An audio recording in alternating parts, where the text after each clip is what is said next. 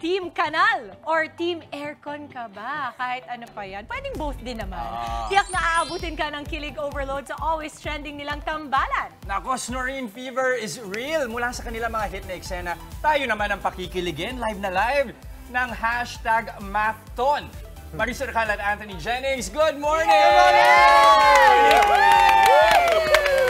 Ay, good morning, Maris, and good morning. Good morning. Nakaabot ka ba? Baka nasa Santa Hindi, ngayon lang ang pagising ko eh.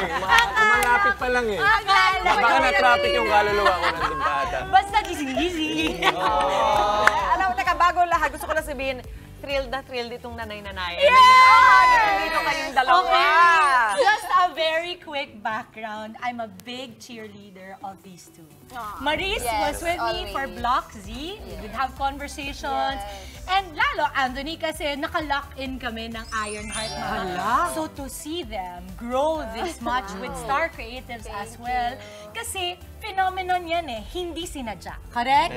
Pero dahil mahusay yung artista mo, kahit na ang lead mo ay iba, pwede rin na magkaroon sila ng sarili ng space na very, very big as well. Kasi, of course, Don Bell, we love them both. And then all of a sudden, you're like, ano daw? Ano nangyayari doon? Ba't kinilig din ako na?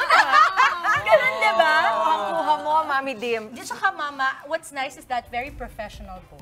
Yes, No? yes. Gusto ko malaman, gaano ka professional, hanggang saan yung professional? Hindi, sandali. Wait, paano nag-start yung kiligan? Sino unang kinilig?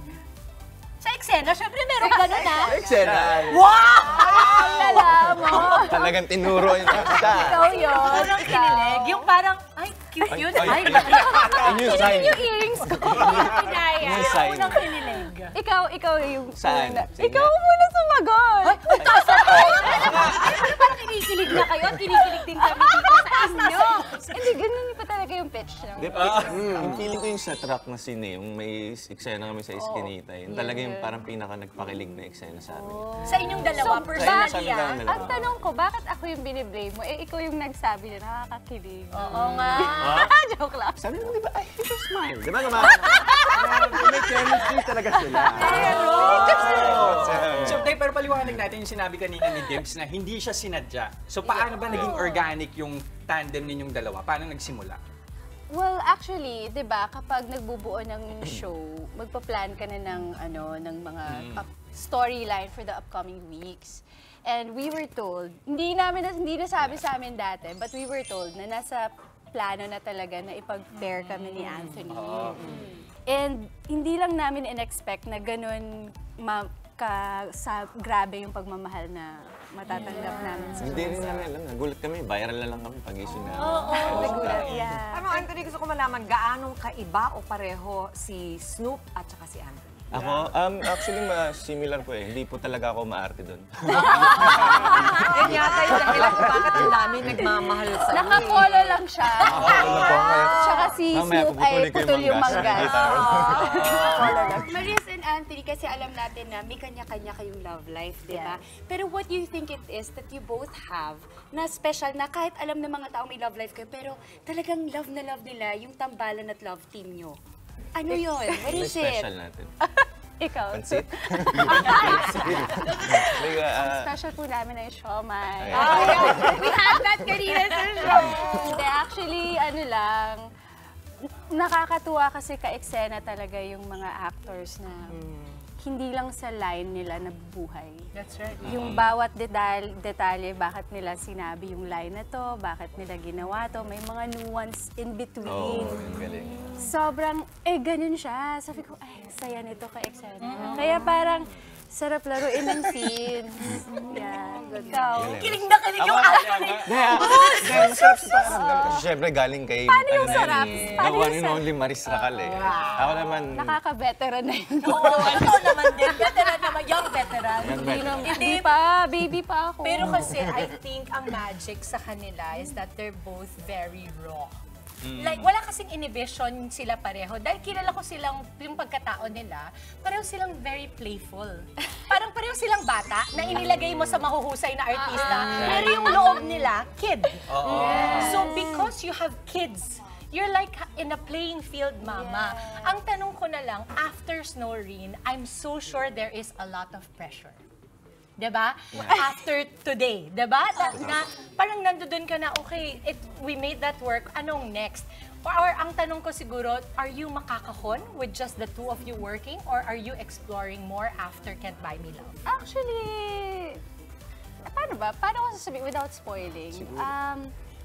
Ang sa amin ni Anthony, hindi naman kami na sa pressure. It's more of, na-excite kami mag-aral sa next script namin. Kasi dun po kami bumabangko sa mga eksena. Kasi yun lang naman yung kaya na. Pero mahirap din kasi parang ngayon nahirap din i-let go ng mga characters pa namin. At least we have time to prepare. So, ang next goal natin ay aralin yung next project talaga to the core. Okay. So, hindi magkakaroon ng spin-off series si Snoreen from Can't Buy Me Love. Ay, pala mo, baka yung mga questions mo tomorrow. Baka Baka may masabi kasi itong baka ako dito eh. Sige. Ganun ba? Sa sobrang honest, baka may masabi. Pero good question, Pero natatakot lang ako kasi may honesting dala tong isa dito. Malalaman natin on Friday sa May 10. May nasabi na nga siya. Halika nga dito, batang to. Sorry. A lot of things, I guess, to excite all of the fans, Mami. Mami, nakapanood ka kanina, nanonood ka na Ay, scene. nako, tuwa ako. Hindi nagawa Thank you. ubos-ubos. Hindi, tatanong ko rin. Ikaw, I'll ask you the same question. Kasi yung iba ba si Maris doon sa iyong character? Or dinadala mo rin yung things that are real to you? Actually, magkaiba talaga at first. Ngayon, nagma-merge na po. Nag-evolve na ako. Maarte na po ako. Which okay lang naman. So, nagiging aircon ka na. Hindi naman aircon, maarte lang talaga. Nasa electric fan pala. Maarting naka-electric fan. Kasi di ba sa totoo lang, kahit nga si Snoop, di ba? Kasi yung arte, hindi naman sino ba nagsabing masama maging maarte? May mga tao, mahilig lang talagang di ba? So, rin-represent mo rin yung maraming mga ganon. At saka kung papaano na, yung opposites attract ba? Yes, ay nangyayari pala talaga. Di ba? Pero ito, anong biggest takeaway nyo na lang sa characters nyo? Take away. Ikaw muna. Ako muna. Okay. Kaya nga eh. Kasi hindi siya makapagsiantok na antok pa kasi. Ikaw muna kung mag-iisip pa ako. Isang oras pa ko eh. Nag-loading pa. Isang oras pa.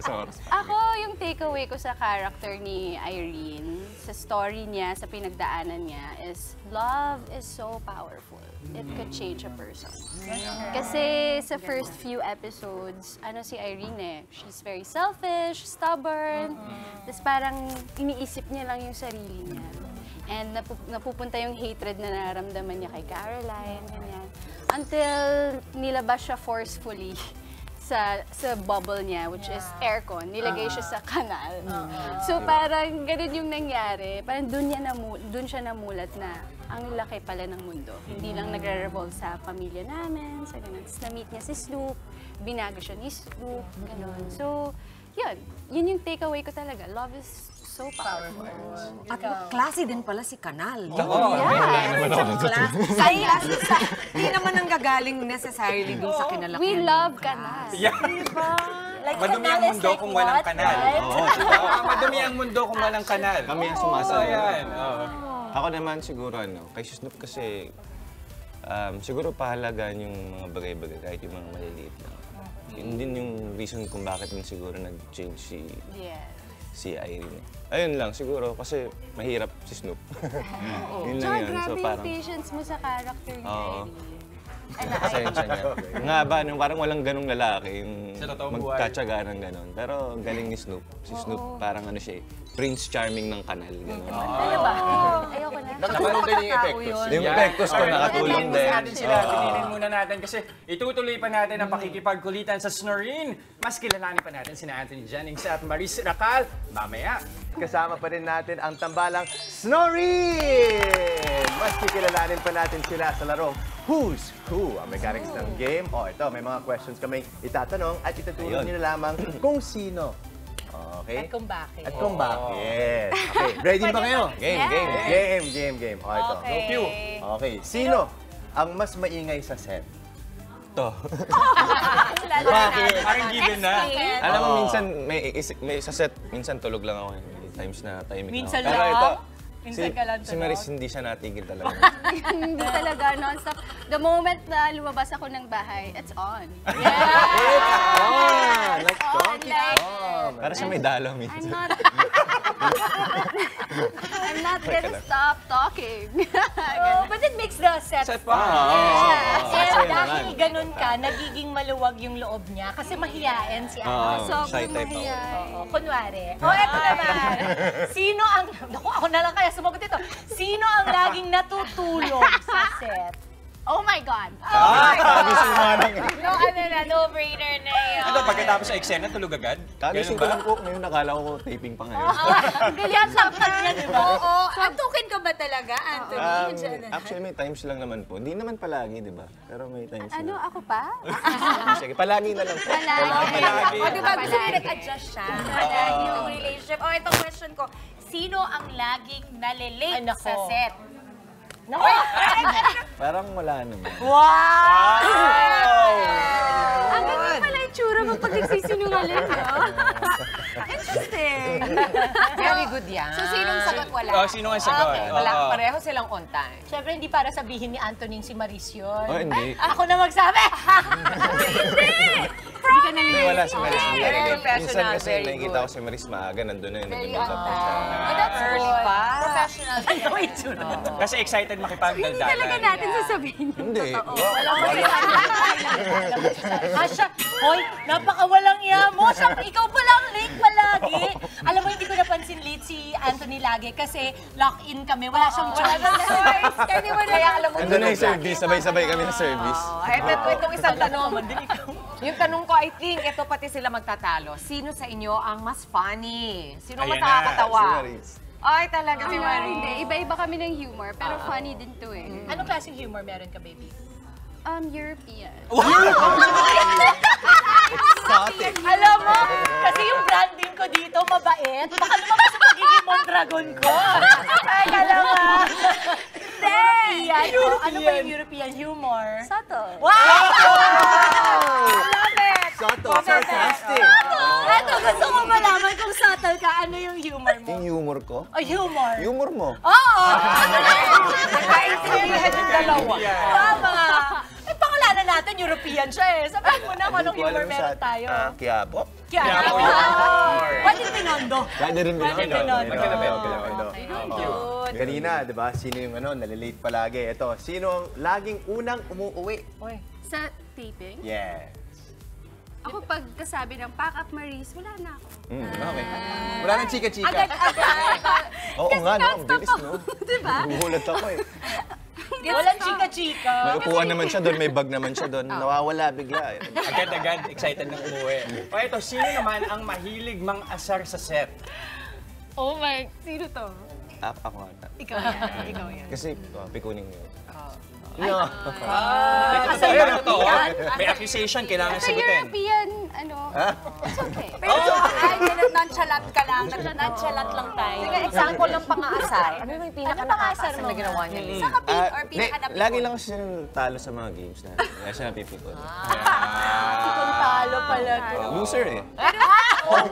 Ayun na, nasangkulan ka tuloy. Pero no? morning mas masarap kasi mang asar pagpikon. Oo, Diba? Diba? Yeah. Ito, sino daw ang mas nakakalimot sa lines? Ayan. Ako na. Okay. Huwag mo akong sinisave, Anthony Aminado Humble ako naman. dyan. Talaga? Bakit? Oo. Kasi, nakalimutan ko yung niya line na ko. Hindi. I think it's not because she doesn't know her lines. I think it's because she wants to play with the lines. Yes! Oo. Kasi When hindi you're naman playing hindi with niya the lines, memorized eh. basta alam ko lang yung thought ng lines ko. Ganun ako umarte. And syempre, pinapaalam muna na pwede bang ganun. So like, ako yung laging ang dami ko kasing naiisip, nakakalimutan ko na yung line ko. Oo.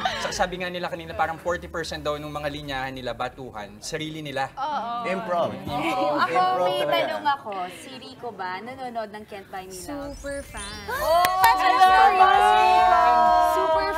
Super fan niya. Kagabi, well, Sa iba, basta. Oh, yeah. Bakit sa ganun mo naman tatapusan kagabi? Realize mo, good morning, kapatid to. At saka yung episode dito sa TV. Nasa tambalan muna. Story totoo. scene. Baka mas spoiler eh. But kapag may big scenes, magte-text na lang siya na, oh my God, I knew it! I knew it! As a fan talaga, sobrang fan siya. Ito pala, bilang ang nagpakilig na eksena sa inyo ay may kinalaman sa kung saan man, sino ang palaban nyo sa inyo sa set? Sa taping? Palaban. Sinong pala CR break? Palabanyo. Yung banyo kasi namin sa... Hindi, ako... Siguro ako. Kasi pag lalaki naman, mabilis magbanyo. Sa bagay. Since like, mahilig ako mag-water. Ayun. Safe. Mag-water. May ng water pala to. How much water? Sa banyo ba ginagamit nyo may water? Hindi kasi naiihi siya. Kasi kada lagi ako. Ito naman, ini-explain pa. Alam mo, di talaga tayo pareho ng humor. European. Alam mo yung outfit yun ni Maris, pang European din. I hope talaga hindi basa yung mga kilikili nyo. Kasi, May dumi lang. May mancha lang, kaya nakaganda. okay, wait. Ang dami, sobrang na-enjoy ko to. And again, we are super proud, all of us here, to see you both thrive so much like this. And ang the best pa dyan, hindi kayo nagbago. It's the same, I know. So, right now, we want you to ask all our kapatids, panoorin na nila kasi konting araw na lang at yung mga aabangan nila sa inyo. Yes, mga kapatid, mga kapatid. Hindi ko pumabasa yan, mga kapatid. medyo magulo tayo today, pero okay lang. Ayan, mga kapatid, sabay-sabay tayong kiligin at magulat sa mga kapanapanabik at mga bonggang sorpresa hatid sa pagtatapos ng Can't Buy Me Love. Hatid sa inyo ng TV5 at ABS-CBN Studio sa direksyon ni Direk May Cruz Alviar, Direk Cathy Garcia, Sampana, Direk Ian Loreños. Ako pa to. Sige. Ikaw pa din. Change cam. Ayan! Change cam! Change cam! Ayan. Hello. Ayan. Ade. Mali. Ayan. Ayan! Walang ano-ano talaga yun. Mama mo. Mama mo! Sumusubaybay. Hello. Mama mo. Sumusubaybay sa mga labing Nalalabing. Alam mo, game to eh. Game talaga to. Tongue twister. Saksihan ang European kasi. Pasok mo pa. I'm so bulolder eh. Okay, saksihan ang kapalaran ng tambalang story. Alamin ang plano ng tadhana para sa kanilang dalawa. Tama. Tutok lang sa TV5 mamayang 9:30 PM sa Todo Max Primetime 5. Siga!